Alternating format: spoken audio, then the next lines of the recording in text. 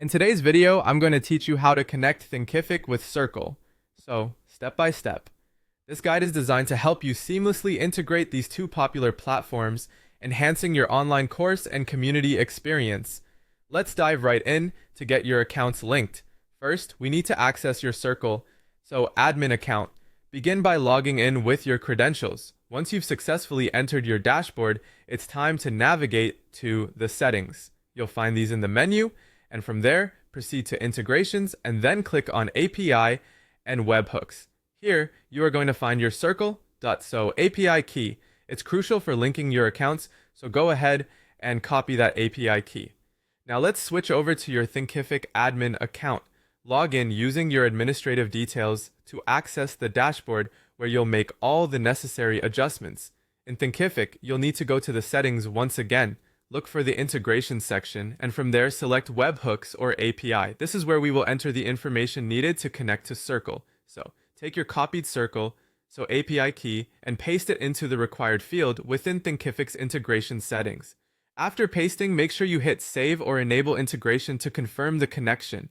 This step is crucial, so double check that your API key has been correctly entered to avoid any errors.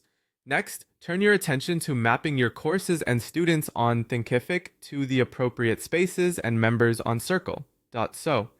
This mapping will ensure that when students enroll in your Thinkific courses, they're automatically added to your Circle. So spaces. This seamless transition creates a cohesive learning environment for your students, maintaining engagement across both platforms. With mapping all set up, it's time to select which specific courses will trigger member enrollments in Circle.so. By assigning particular courses to spaces, you create specialized communities for each course, enhancing interaction and learning. Before concluding, it's important to test your integration to ensure everything is functioning smoothly. Enroll a test student in Thinkific and observe if they appear in the corresponding Circle.so space. Testing allows you to verify that your API integration is correctly set and functioning as planned.